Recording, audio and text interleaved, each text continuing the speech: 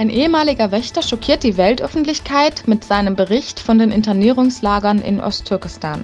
Der 39-jährige Kasache Baymurat Jumgay arbeitete in einem Lager in der Kanji-Region, musste jedoch nach Kasachstan fliehen.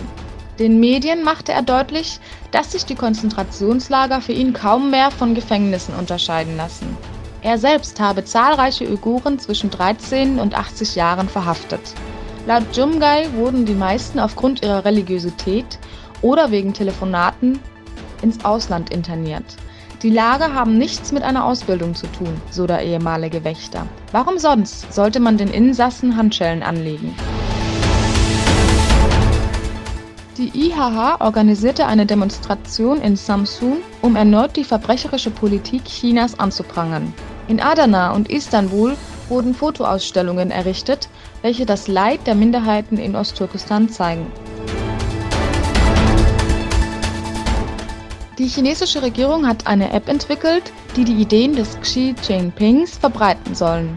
Die 90 Millionen Mitglieder der Kommunistischen Partei sind nun aufgefordert, die App mit dem Namen Xuexi herunterzuladen. Nach derzeitigem Stand geschah dies auch.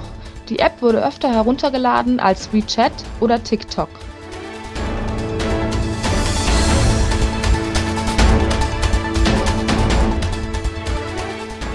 In Warschau kamen die Außenminister arabischer Staaten mit Netanyahu und amerikanischen Verantwortlichen zusammen, um über die iranische Gefahr zu debattieren.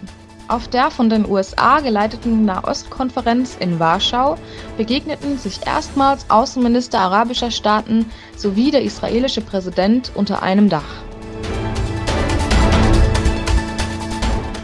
Nachdem die kurdische Volksverteidigungseinheit und die PKK-Terroristen die IS-Region östlich des Firats besetzten, ergaben sich die in den Deir az-Zor kämpfenden IS-Männer und wurden anschließend mitsamt ihrer Familie auf eine militärische US-Basis verfrachtet.